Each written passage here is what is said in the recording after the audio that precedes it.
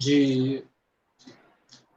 अस्सलाम वालेकुम जी, मैं हूँ उवैस मंगलवाला और ये है दरस-ए-कुरान मीडिया और यहाँ पर आज हम एक ये नया प्रोग्राम शुरू कर रहे हैं, उवैस मंगलवाला के मेहमान इस प्रोग्राम का नाम है और ये प्रोग्राम आप दरस-ए-कुरान मीडिया फ़ेसबुक पेज और यूट्यूब पर दोनों पर देख सकेंगे। हर मंगल की रात 9 बजे हम आपके साथ मौजूद होंगे और इस प्रोग्राम में हमने करना ये है कि आपसे मुलाकात करवानी है बहुत सारे ऐसे लोगों की, जिन्होंने बहुत बड़े-बड़े काम किए, बड़े अमेज़िंग किस्म के काम किए, बड़े इंटरेस्टिंग यूनिक काम किए, बड़े लोग हैं वो लोग और उन बड़े लोगों से हम आपका तारुफ़ करवाएँगे। मैं भी उनसे मुलाकात करूँगा, आप भी मुलाकात करेंगे और उनसे जानेंगे कि उनकी स्ट्रगल क्या है, वो कैसे अपनी कामयाबियों की तरफ बढ़े और वो कैसे उन्होंने अपनी कामयाबियों को हासिल किया, उस दौरान क्या नाकामियाँ आई और उनसे हम कुछ इंस्पिरेशन लेने की कोशिश करेंगे।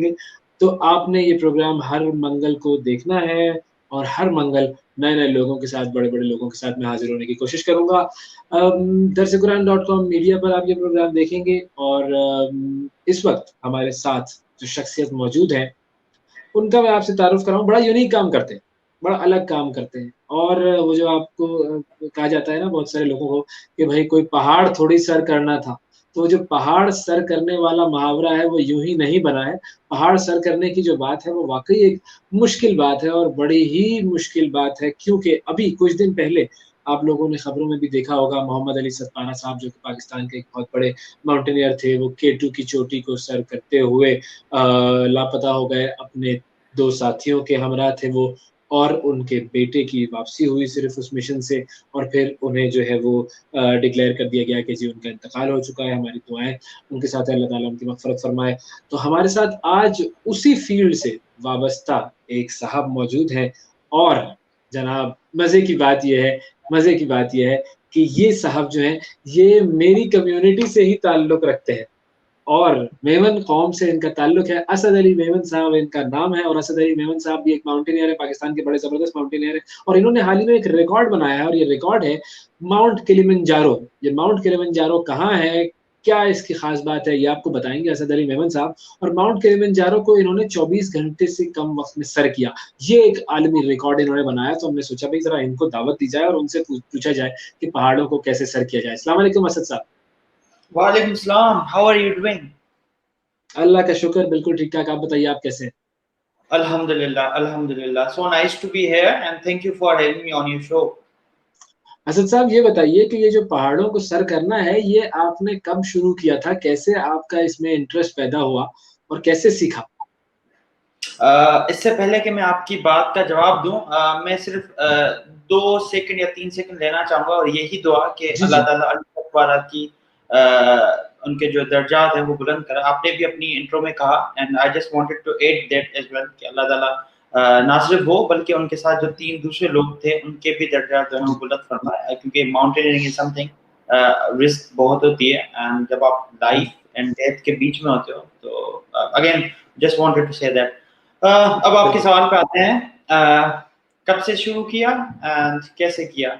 इट्स बीन 5 इयर्स नाउ अभी 5 साल पहले का असद और अभी के असद में थोड़ा-सा फ़र्क है, लेकिन हमने इसको 5 साल पहले में स्टार्ट किया था and I was doing actually अपनी पढ़ाई एंड पढ़ाई के बीच में आई गॉट अ चांस या कह लें या टाइम कह लें।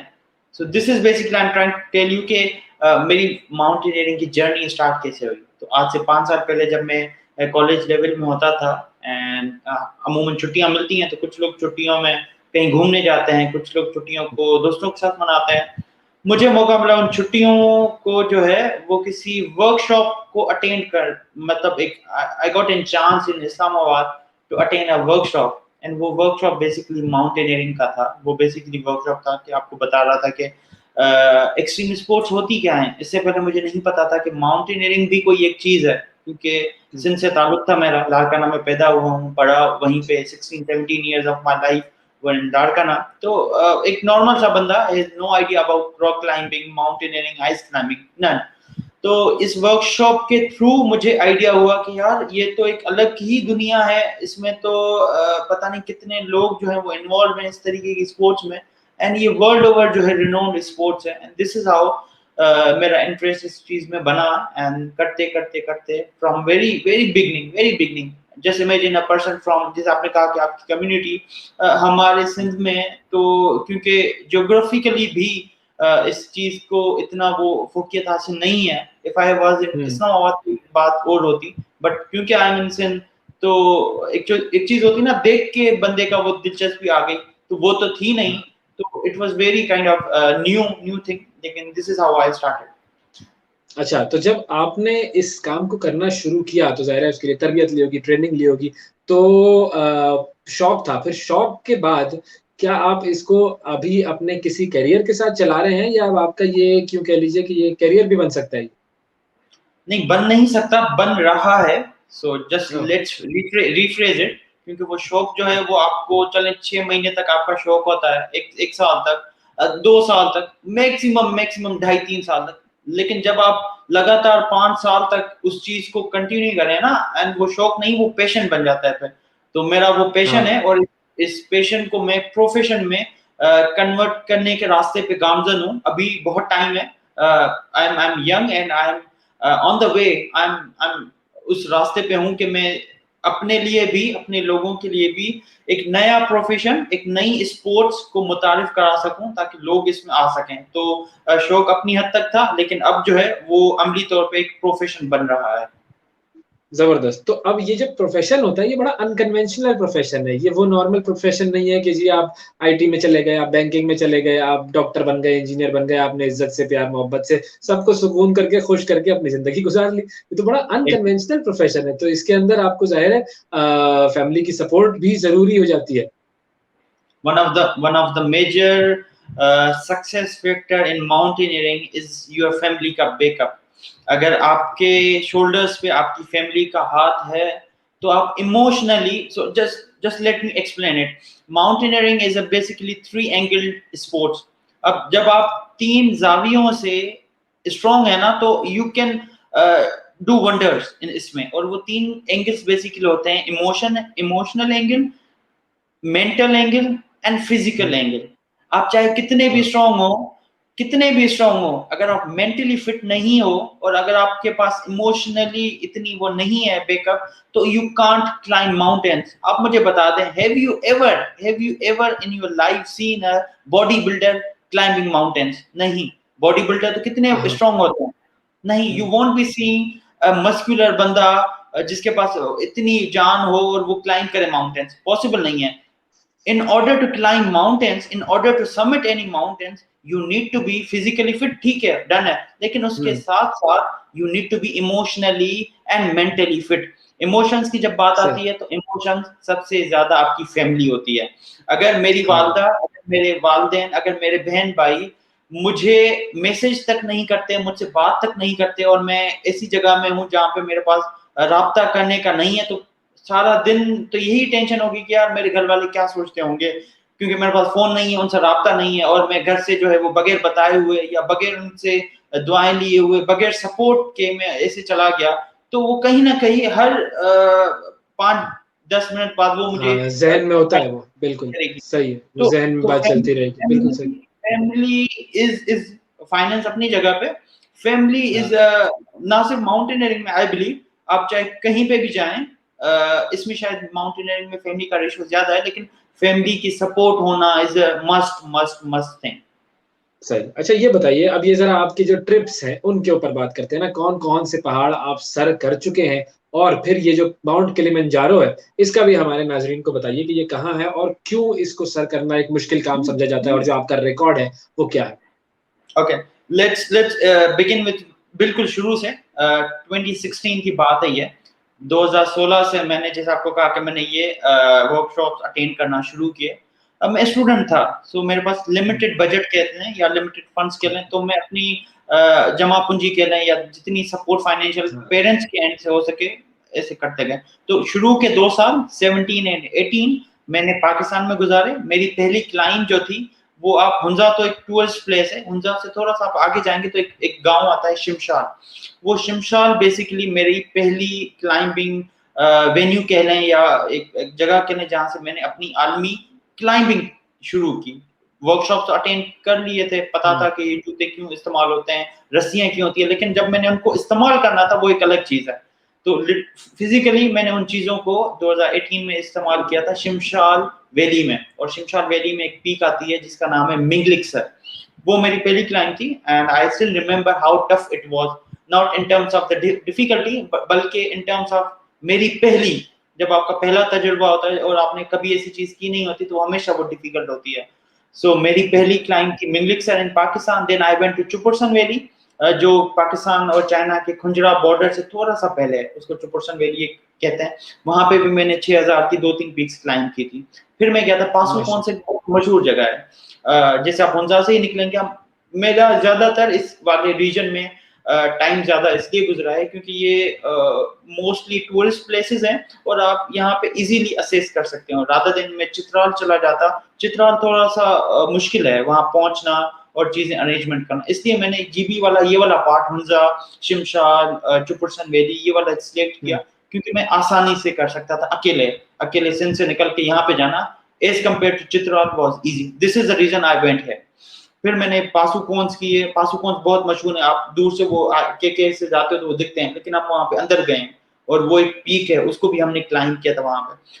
2 साल बाद आई डिसाइडेड कि यार ठीक है ये मैं कर तो रहा हूँ, अपना मुल्क है, अपने माउंटेन्स बहुत हैं, लेकिन मेरा अल्टीमेटली गोल क्या है, what I want to do. Passion था, उसको हमने थोड़ा सा शौक को मिनिमाइज करके एक प्रोफेशन के हद तक आ गए, ठीक है, लर्निंग स्टार्ट की, एक फॉर्मल काइंड ऑफ एजुकेशन इसमें स्टार्ट की। Now what I have to do, क्या इसी तरीके से सिलसिला चलता रहे या मैंने कुछ ऐसी चीजें करनी है जिसमें मेरा एक नाम भी बने और लोग पहचान सकें कि यार ये सिंध से ये बंदा था। और वो एक मिथ को, मेरा टारगेट ये है कि मैंने मिथ को चैलेंज करना है कि लोग जो ये समझते हैं कि यार जो लोग पहाड़ों पे पैदा हुए हैं वही पहाड़ सर कर सकते हैं, जो लोग मैदानी इलाकों में पैदा हुए हैं वो जा ही नहीं सकते। सो दिस इज द मिथ। मैं हर एक्सपीडिशन में इसको चैलेंज करता आया हूँ। लारकाना का एवरेज टेम्परेचर इज 35 और मैं जब किसी चोटी के टॉप पे होता हूँ या समिट पे होता हूँ वो बिल्कुल इसके एडवर्स होता है, तो -50, -40, -35 होता है एंड एज कम्पेयर टू जहाँ पे मैं पैदा हुआ हूँ 35। So this is basically myth which I am trying to challenge और मैं इसमें बहुत हद तक कामयाब हुआ हूँ अभी, अल्लाह ताला का बहुत शुक्र है। अब आते हैं ये जो किलिमंजारो वाली जो माउंटेन है इस पर आते Okay. हैं ना जरा, So, कि ये so जो आपका I रिकॉर्ड और इसकी क्या खास बात है। एग्जैक्टली अब मैंने जब ये डिसाइड किया कि what I have to do is, फिर मेरे जहन में एक चीज खटकी एंड दैट इज 7 समिट्स। हर स्पोर्ट्स के कुछ चैलेंजेस होते हैं, कुछ गोल्स होते हैं, क्रिकेटर कह लें तो वो सेंचुरीज बनाना चाहते हैं, इसी तरीके से माउंटेनियर्स का एक गोल होता है कि he has to do 7 summits. 7 summits basically ये होता है कि आपने दुनिया में 7 बड़े आजम हो गए, 7 कॉन्टिनेंट्स, हर बड़े आजम की एक हाईएस्ट पीक होती है। जब आप हर बड़े आजम की हर हाईएस्ट पीक को सर कर लें तो आपको कहा जाता है कि ही इज द 7 समिटर, मतलब इसने 7 चोटियां अलग अलग बड़े आजमों में सर कर ली। ये मेरा मिशन था और मैंने अपनी जिंदगी, अपने माउंटेनियरिंग लाइफ को ये वाला गोल दे दिया। वो दिन है आज दिन है, मैं उस गोल को रास्ते में हूँ। एटलीस्ट 40 to 50% जो है वो मैं अचीव कर चुका हूँ। पहली एक्सपीडिशन मेरी थी यूरोप की हाईएस्ट पीक जो कि रशिया में वाक़ है, उसको मैंने क्लाइंब किया था 2019 में, यूरोप की हाईएस्ट पीक। उसके बाद में चला कौन गया, सी है और कितनी हाइट पर जो रशिया वाली है? उसका नाम है एल्ब्रस, एल्ब्रस ELBRUS उसको कहते हैं एल्ब्रस, और वो सॉरी उसकी यूरोप वाली है ये, यूरोप की हाईएस्ट पीक है एंड दैट्स इन रशिया। उसकी हाईएस्ट जो एल्टीट्यूड है दैट्स ऑलमोस्ट 6000, मतलब 6000 से तकरीबन कुछ 100 जो है वो कम है, लेकिन आप उसको 6000 में काउंट करते हैं। That's Elbrus. एल्ब्रस के बाद मैं गया था साउथ अमेरिका, अगले पिछले मतलब उसके नेक्स्ट ईयर फॉरन। साउथ अमेरिका की हाईएस्ट पीक है अर्जेंटीना में। मैंने अर्जेंटीना में उसकी चोटी को सर किया जिसका नाम है अकांकागुआ। ये अर्जेंटीना में वाक़ है और इसकी बुलंदी 7000 मीटर है। अगर हम इसको फीट में कन्वर्ट करें तो ये बनती है 23000 फीट। इसको मैंने क्लाइंब किया था और इन दोनों की खास बात ये है कि चाहे वो रशिया यूरोप की हाईएस्ट पीक हो, चाहे वो अर्जेंटीना साउथ अमेरिका की हाईएस्ट पीक हो, I am the youngest Pakistani to do that. Youngest Pakistani Europe और अर्जेंटीना की साउथ अमेरिका की पीक्स को क्लाइंब किया हो। अब इसके बाद मेरे पास चांस था, मैंने क्या करना है, ऑब्वियसली एक मोमेंटम चला आ रहा है, यूरोप हो गई, साउथ अमेरिका हो गई। नाउ मेरे पास ऑप्शन था, क्योंकि कोरोना आ गया तो मेरे बहुत से ऑप्शन जो है वो एलिमिनेट हो गए। बहुत सी चोटियां नहीं जा पाया क्योंकि रिस्ट्रिक्शन हो गए। Then I had the only option कि यार अफ्रीका का जो कॉन्टिनेंट है, अफ्रीका के जो ममालिक हैं वो थोड़े से ओपन है, उसमें कोविड की रिस्ट्रिक्शंस इतनी नहीं है। This is how I decided for Kilimanjaro. आज नहीं तो कल किलिमंजारो करना था, लेकिन अभी मेरे पास किलिमंजारो का टारगेट नहीं था टू बी ऑनेस्ट। अभी मैंने कोई और करनी थी, लेकिन कोविड की वजह से ये अल्टीमेटली मेरे पास गोल आ गया। अब हम बात करते हैं थोड़ी सी किलिमंजारो की। Kilimanjaro one of the most famous mountain in the world. अब किलिमंजारो मोस्टली ट्रेकर्स आते हैं, 70,000 लोग आते हैं एनुअली। हर साल तंजानिया में 70,000 लोग किलिमंजारो को क्लाइंब करने या हाइक करने या उसको टॉप करने आते हैं, 70,000 लोग। अब इसकी एक one of the most important thing, ये जो 70,000 लोग हर साल आते हैं, ये तकरीबन 5 से 7 दिन लगाते हैं उस चोटी को क्लाइंब करने में और फिर वापस आने में, तकरीबन 7 दिन। ये जो मैं बात कर रहा हूँ ये आपको गूगल पे भी मिलेगी, ये वहां की अथॉरिटीज को भी मिलेगी। ये कोई ऐसी बात नहीं कर रहा जो मैंने अपनी बनावटी बात कर रहा हूँ। अभी जो भी मैं, ये कितनी हाई है, क्या इसकी हाइट है? ये भी 6,000 है, तकरीबन 100 मीटर उससे कम है। 6,000 से तकरीबन 100 मीटर कम है, लेकिन you can call it as 6,000 metre भी। सो इसमें तकरीबन एक हफ्ता लगता है एंड इसके 4 डिफरेंट फेजेस हैं। अमूमन माउंटेन्स में एक ही फेज होता है या एक ही वो जो टेरेन होता है, लेकिन इसमें ये एक यूनिक माउंटेन है अफ्रीका का जिसके 4 डिफरेंट टेरेन्स हैं। व्हेन आई से टेरेन्स, इसका मतलब है जब आप स्टार्ट करते हो अपनी हाइक माउंटेन को क्लाइंब करना, तो आपने सबसे पहले बारिशों से गुजरना होता है। इतनी शदीद बारिशें होती हैं कि वो रुकती नहीं है, उसका कोई टाइम नहीं है। कराची वाली बारिशें या इस्लामाबाद वाली बारिशें नहीं है, क्योंकि वहां पे इतना जंगल है, और जंगल में आपको पता है बारिशें बगैर वक्त के, बगैर मौसम के होती हैं। तो नॉन स्टॉप बारिशें, वो 10 किलोमीटर, वो 15 किलोमीटर जो है आपने तय करना होता है। उसके बाद आपने पथरीले टेरेन से गुजरना होता है। फिर उसकी वो जो फासला है वो भी 5 से 10 किलोमीटर है पथरीले टेरेन का। उसके बाद एक हल्का सा आता है रेतीला टेरेन, या उसको डिजर्ट कहते हैं, कोल्ड डिजर्ट कहते हैं।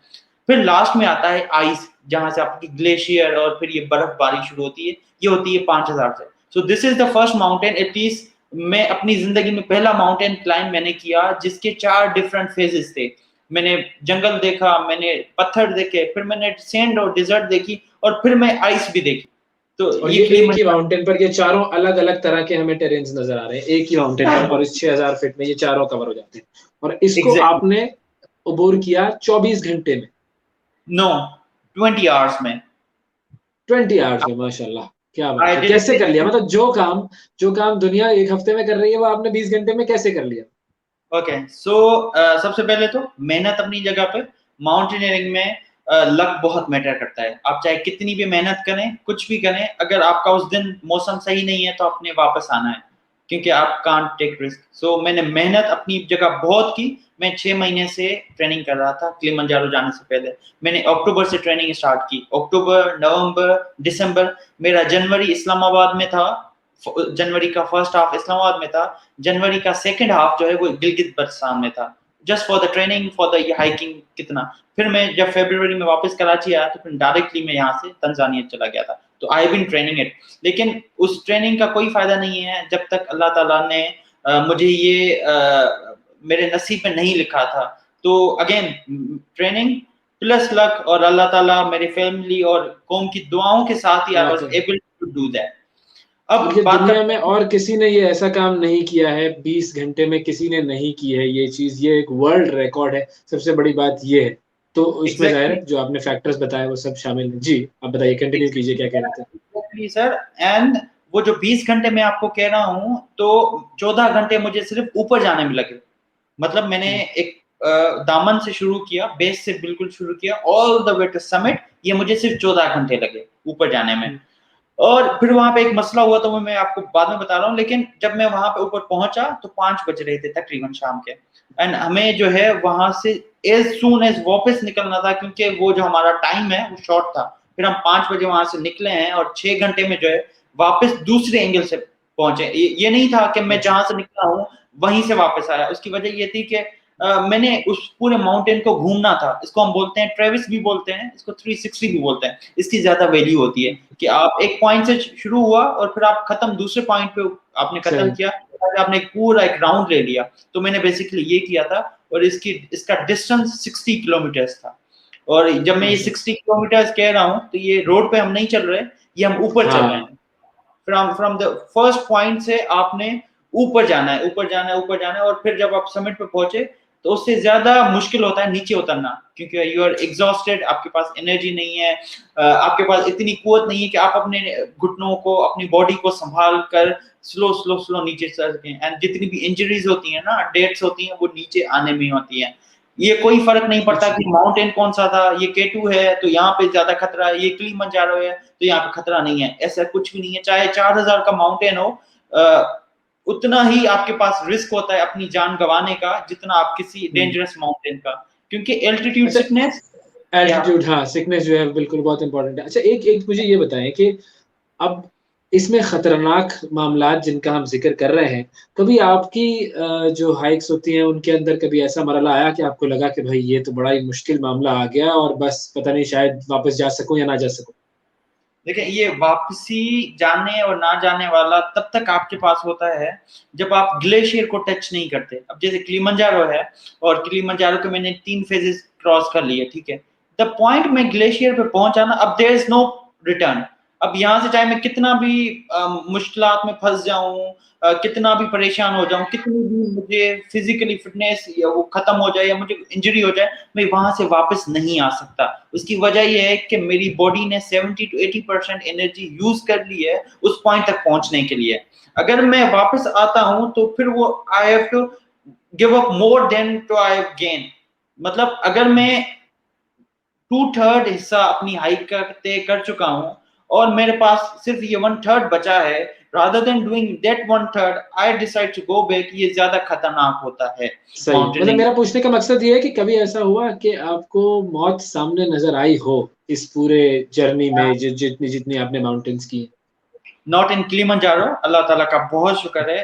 हालांकि इसकी इंटेंसिटी डिफिकल्टी बहुत ज्यादा थी, क्योंकि आई वाज डूइंग समथिंग जो लोग 7 दिन में, 6 दिन में, 5 दिन में करते हैं in less than a day. इसकी इंटेंसिटी, इसकी डिफिकल्टी बहुत ज्यादा थी, लेकिन अल्लाह ताला का बहुत शुक्र है, मुझे सिर्फ माइनर हेडेक हुआ समिट पे, टॉप पे। एंड फिर मैंने वो कहा कि नहीं यार, हमें जाना चाहिए, इसलिए मैंने ज्यादा वीडियोस भी नहीं बनाई, क्योंकि फ्रॉम नीचे से ऊपर जाना इट्स वेरी रिस्की। अगेन, सबसे मुश्किल पार्ट वाज इन रशिया।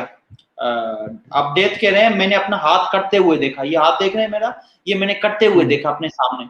हुआ कुछ यूं कि एक्सट्रीम वेदर थी, विद इन सेकंड्स वो चेंज होती है जब आप माउंटेन्स पे होते हैं, तो you can't rely on the forecast. आपने आपने चेक किया कि ठीक है अभी बादल नहीं हो कि मैं जा रहा हूँ, विद इन फ्यू सेकंड्स बादल आ गए, तो आप किसको जिम्मेदार करेंगे कि यार ये तो गलत हुआ मेरे साथ, यू कांट डू दैट।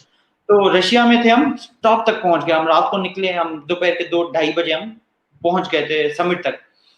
अब मसला ये होगा, मेरे पास 3 ग्लव्स थे। आप लेयर्स पहनते हैं, एक तो हम बाइक वाले ग्लव्स पहनते हैं जब जो हमसे धूप से बचते हैं या कुछ भी, उसके बाद हम एक दूसरे पहनते हैं अवन वाले ग्लव्स जो आपको बचाते हैं।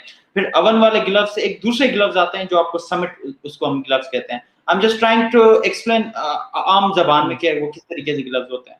तो ये 3 ग्लव्स मैंने पहने थे, and I just wanted to, मतलब मैं एक वीडियो भी बनाना चाह रहा था, मैं अपनी फोन भी यूज करना चाह रहा था उस टाइम पे, एटलीस्ट लेट पीपल नो कि यार मैं समिट पे भी हूँ, एल्ब्रिस मेरे पीछे है। एंड अब मैंने गलती ये की कि मैंने अपने वो ग्लव्स उतार दिए, क्योंकि ग्लव्स पहने हुए थे तो मुझे पता नहीं था कि कितना माइनस है। मुझे ये पता था मेरे आई लैशेस जो हैं वो ठंडे हो रहे हैं, वो वाइट हो गए, ये तो मुझे था, लेकिन इतना अंदाजा नहीं था क्योंकि आई वाज कवर्ड, वो एक पेक था। द मोमेंट आई जस्ट, ये मैंने सारे ग्लव्स उतारे सिर्फ एक साइड वाले, just to unlock my phone, you would be surprise within milliseconds, second भी बहुत लगता है वहां पे, सेकंड भी आप कहेंगे ये बहुत ज्यादा सेकंड है, विद इन मिली सेकेंड्स मेरा ये हाथ के एक एक बाल जो है वो सफेद हो गया, ऐसा सफेद हो गया जैसे आप कहेंगे कि ये बर्फ इसमें आई कहां से। फिर मुझे उसको गर्म करने में आधा घंटा लगा इस हाथ को। आपकी सोच है, मैंने फोन अपनी फेंकी वहां पे क्योंकि वो काला हो गया था, इन मिली सेकेंड्स ये काला हो गया। जब आप -60 पे टॉप पे हो, विंड चल रही हो ना, तो मुझे बाद में रियलाइज हुई चीजें, कुछ लोगों ने भी कहा कि you can't risk at that point. तो मेरा ये हाथ लेफ्ट, मैं अभी भी अल्लाह ताला का शुक्र करता हूँ कि मेरा हाथ कैसे बचा। बस ये एक थी वाक़ई, कि वाक़ई। अच्छा, अब ये वाक़ई बड़ा हिला देने वाला वाक़या है हमारे सामने भी। अच्छा, अब इसमें एक और एंगल आता है सामने, कि जब आप इतनी बड़ी-बड़ी पहाड़ों को सर कर रहे होते हैं और आपको लगता है कि वाह! मैंने बड़ा ज़बरदस्त काम कर लिया, पहाड़ों की चोटी पर पहुँचना कोई आसान काम नहीं होता है और दुनिया का आम आदमी तो सोच भी नहीं सकता ये चीज़ करना। हम इधर इस्लामाबाद में ट्रेल पर चढ़ते हैं, तो 2 किलोमीटर, 3 किलोमीटर के बाद हम जस्ट पूरे हो जाते हैं और उसके बाद होता है कि बस भई वापसी कर लो। इतना बड़ा-बड़ा ज़बरदस्त काम आप कर रहे होते हैं, पहाड़ों को सर कर रहे होते हैं। ये अलग-अलग लेवल्स के पहाड़, अलग-अलग टेरेन्स का जैसे आपने बताया किलिमंजारो वाला। तो ऐसे में ऊपर पहुँचना तो चलो एक बड़ी बात है जब आप टॉप पर पहुँच जाते हैं।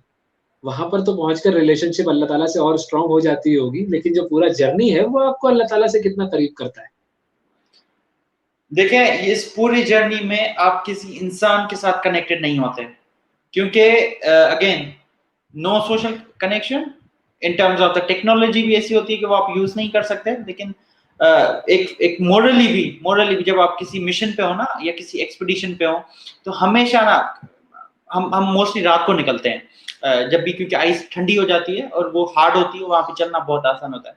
जस्ट इमेजिन चारों तरफ अंधेरा है, आप सिर्फ सितारे देख सकते हैं एंड रात का टाइम है, आपसे कोई बात नहीं कर रहा, ना आप इस मूड में हो कि आप किसी से बात करें, फिर आप सिर्फ दिल में होते हैं, या अल्लाह मैं जा रहा हूँ, आज हमारा ये गोल है, बस मुझे नहीं पता कैसे होने वाला है, मुझे नहीं पता मैं कितने टाइम पे पहुंचूंगा, नहीं पता क्या आगे होने वाला है, क्या कुछ है, बस आपने मेरी मदद करनी है। ये हर कोई करता है अपने फेथ में। मैं तो उर्दू में अल्लाह ताला को याद करता हूँ, हर कोई, हर माउंटेनियर करता है। वहां पे ऐसे लोग भी हैं जो नहीं मानते थे खुदा को, ऐसे बहुत से लोग हैं वो जो कहते हैं कि नहीं ऐसी कोई चीज नहीं है, वो भी रियलाइज करते हैं यार ये भी पत्थर मुझे लग सकता था, एंड वो गिर जाते हैं, वो रोते हैं। एंड मैंने अपने आंखों के सामने ऐसे वाकयात देखे। गोरे वो जो बिलीव नहीं करते थे ऐसी चीजों में, ऐसी पावर में कि हमारे बियॉन्ड भी कोई ऐसी चीज है जो हमें कंट्रोल करती है, फिर वो जब ये सोचते हैं यार मैं इस एवलॉन्च से मर सकता था, इस खड्डे में मैं गिर सकता था, नहीं गिरा, फिर उनको रियलाइजेशन होती है कि यार ये कोई चीज है जिसने हमें बताई, हम हमारा तो ईमान है अल्लाह सुभान ताला पे। अल्लाह! तो वाह, वाह! लेकिन ये क्या गोरे बात है! भी इस बात पे वो इतना वो करते हैं। क्या बात है, क्या बात है! अच्छा, 2 चीज़ें ऐसी हैं जो मैं आखिर में आपसे पूछना चाहूँगा। पहली तो ये कि ट्रेनिंग भई बहुत सारे लोग ऐसे हैं कि जो कि अगर ये काम करना चाहें, तो कैसे या करें और किस तरीके से इसकी ट्रेनिंग लें, कहाँ जाएँ? ये थोड़ा-सा हमारे नाज़रीन को बताइए क्योंकि बहुत सारे यंगस्टर्स देख रहे होंगे और वो भी कुछ सोच रहे होंगे, मूड तो बन रहा होगा कोई पहाड़ सर करने का। या training, right, you have to divide इस ट्रेनिंग को दो हिस्सों में। मेरा पैशन है, मेरा शौक है। जब मेरा शौक है तो मुझे इतनी ट्रेनिंग नहीं चाहिए। अगर मेरा पैशन है, अगर मैंने इस पैशन को आगे जाके कंटिन्यू करना है, कैरी फॉरवर्ड करना है, फिर मुझे अच्छी खासी ट्रेनिंग चाहिए। अगर एक नौजवान है जो इसको देख रहा है, उसको तो पहले अभी से ये सोचना है कि मैंने सिर्फ, अब मैंने भी शौक से स्टार्ट किया था, आई हैव टू एग्री, मैंने शौक से स्टार्ट किया था, लेकिन वो शौक बाय द टाइम मुझे इतनी उसमें इन्वॉल्वमेंट हो गई कि उस शौक को मैंने प्रोफेशन बना दिया। तो इसी तरीके से अगर कोई बंदा, एज नहीं है, age doesn't matter, if you are 20, if you are 30, if you are 40, बस आप फिजिकली फिट होने चाहिए। मेंटली वो बात की बातें हैं, वो आप बाय द टाइम हो सकते हो, लेकिन अगर आप फिजिकली फिट हैं तो यू हैव टू अंडरस्टैंड कि मेरी ये एक शौक है, एज अ हॉबी है, या एज अ, इसको मैं प्रोफेशन या एज अ कैरियर लेना चाह रहा हूँ। शौक तो इट डजंट मैटर कि आप ट्रेनिंग करते हैं, मैं बात करता हूँ प्रोफेशन पे, मैं बात करता हूँ आपने क्लाइंबिंग, अपनी एक लाइफ को, हुँ, अपनी लाइफ जो है वो क्लाइंबिंग में दे दी। मैं बिलोंग करता हूँ सिंध से। अब मुझे बताएं सिंध में आपके पास क्या अपॉर्चुनिटीज हैं या नहीं है? You have nothing, you have nothing हुँ, रादर देन रनिंग या साइकिलिंग या स्विमिंग। इसके अलावा आपके पास कोई नहीं है। You have to travel all the way to the north. अब आपने अगर ट्रेनिंग करनी है माउंटेनियरिंग की, सबसे पहले तो आपने ये बहाना नहीं बनाना कि मैं क्योंकि सिंध में हूँ, क्योंकि मैं इस ऐसी जगह में हूँ जहाँ पे हाँ, माउंटेन्स नहीं है, और क्योंकि मुझे बहुत शौक है लेकिन मेरे पास पैसे नहीं है, मेरे पास एक्स वाई जेड जितनी भी एक्सक्यूजेस आप कह लें, उसको हमने नहीं बनाना। हमने सिर्फ एक कोशिश करनी है, फिर अल्लाह ताला ने खुद ही वसीले, खुद ही रास्ते बना देने हैं। आपने सिर्फ ये कोशिश करनी है कि आपने अपने एंड से एक रिसर्च करनी है कि आपके एरिया में कौन कौन से वर्कशॉप्स हो रहे हैं फॉर द बिगिनर। में बात कर रहा हूँ, एक बंदा जिसको बिल्कुल नहीं पता, उसको लाजमी है कि वो पहाड़ जाने से पहले उसको पता हो कि इस रस्सी के कितनी नोट्स बांधी जा सकती हैं, उसको पता हो कि ये जूते को क्या कहते हैं और ये जूते हम क्यों पहनते हैं।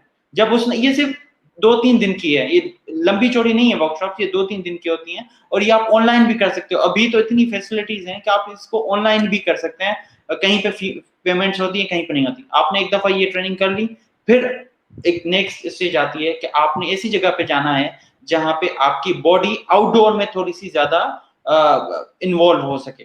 माउंटेनियरिंग इज आउटडोर, जिम नहीं है। जिम आपको स्ट्रेंथ दे सकती है, एक अलग चीज है।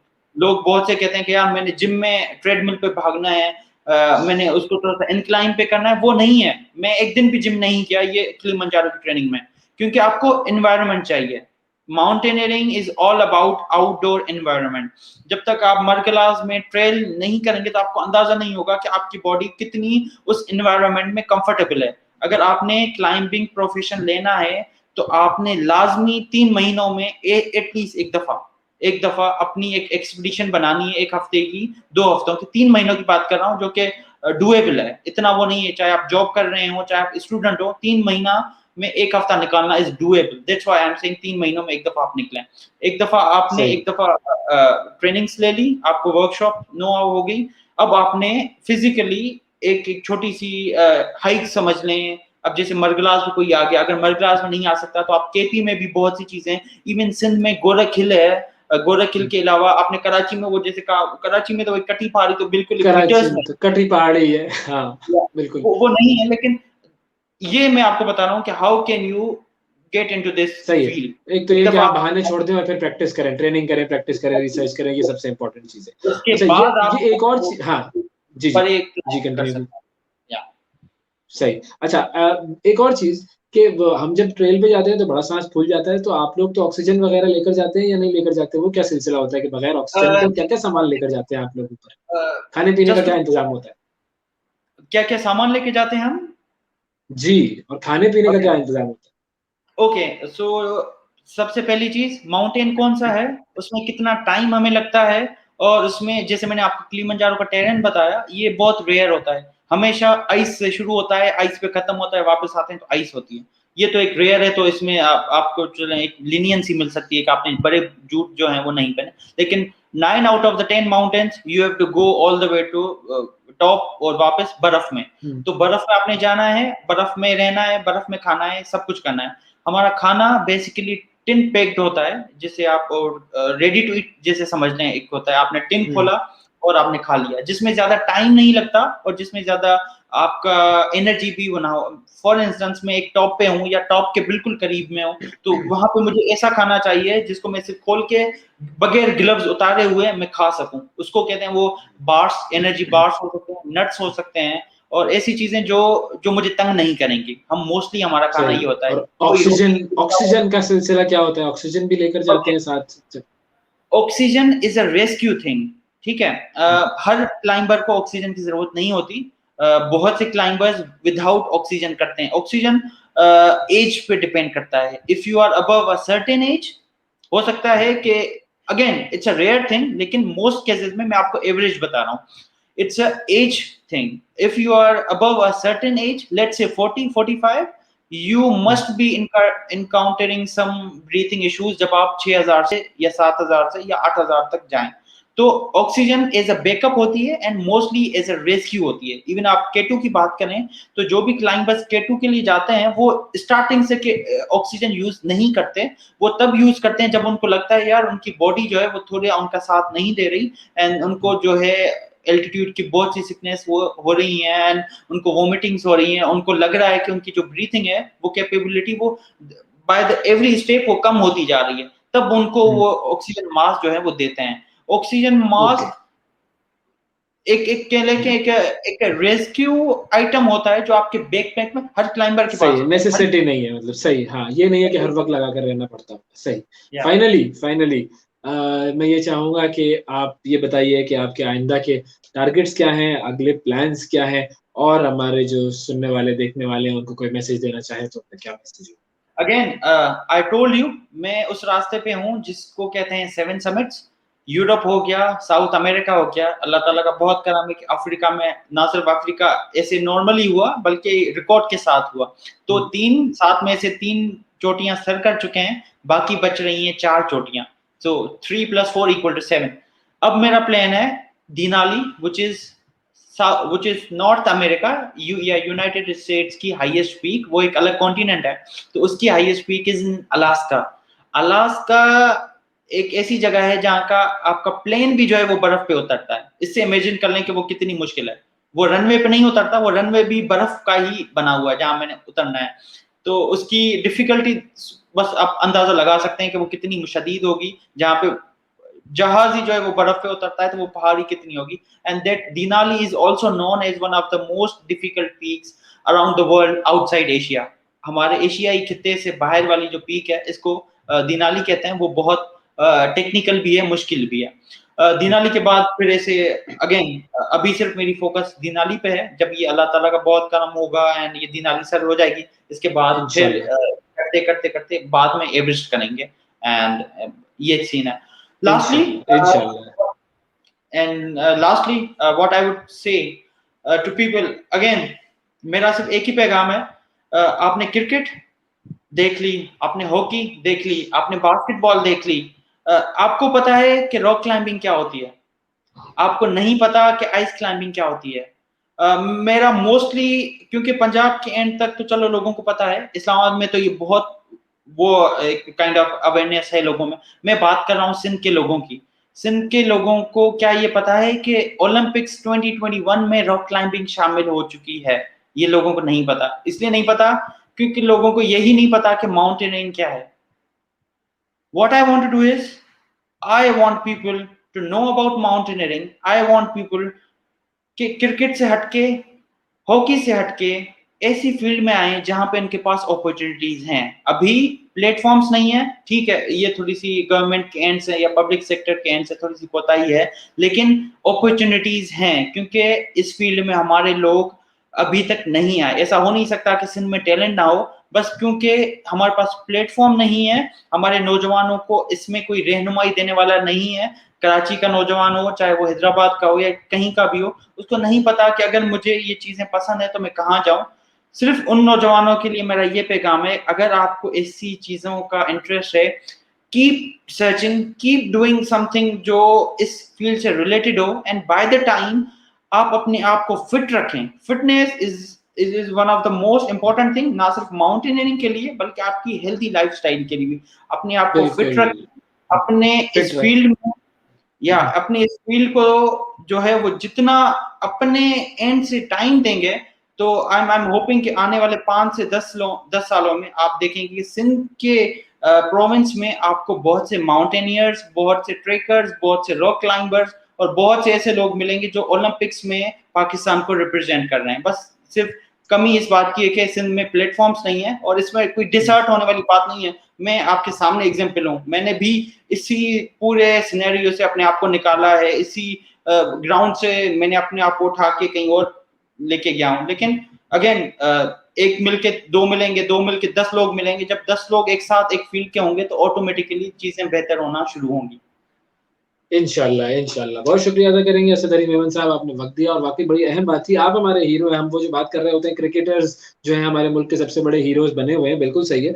लेकिन क्रिकेट से हम सबको मोहब्बत है, अच्छी बात है, खेलें, देखें, अपने आप को स्पोर्ट्स के करीब करें, लेकिन और बहुत सारी चीजें जिनकी तरफ तवज्जो देने की बहुत ज्यादा जरूरत है। और ये वो लोग हैं कि जो कि हमारे हीरोज हैं, हमारे मुल्क के ये हीरे हैं। हमारी कोशिश यही रहेगी कि इनको हम सामने लेकर आते रहें। और फिटनेस की भी बड़ी इंपॉर्टेंट बात की असद आपने कि भाई फिटनेस के ऊपर जरा तवज्जो होनी चाहिए। ये जो हमारे यहाँ पर जो ये रिवाज बना हुआ है ना कि हम एक्सरसाइज नहीं करेंगे, फिटनेस की तरफ तवज्जो नहीं देंगे, पान गुटके खाते रहेंगे और हर दुनिया की उल्टी सीधी चीज हम खाते रहेंगे, इसको छोड़ें और अपनी फिटनेस की तरफ जरा ध्यान दें। ये फिटनेस जो है वो अगर आपने माउंटेन क्लाइंबिंग नहीं करनी तो भी फिटनेस आपके काम आती रहेगी। आज का हमारा प्रोग्राम ये था जी। और असद, आपका एक मरतबा फिर बहुत बहुत शुक्रिया अदा करेंगे और दुआ करेंगे कि अल्लाह ताला आपको ये जो आपका जो टारगेट है उसमें कामयाबी अता फरमाए। और एक मरतबा फिर मोहम्मद अली सितारा साहब के लिए भी और उनकी टीम के लिए भी हमारी बहुत सारी दुआएं। आज के प्रोग्राम में इतना ही। अगले प्रोग्राम तक के लिए, अगले मंगल तक के लिए इजाजत दीजिए। मंगल के दिन एक मरतबा फिर ओएस मंगलवाला आपके सामने हाजिर होगा एक नए गेस्ट के साथ, एक नए मेहमान के साथ, darse quran.com मीडिया पर।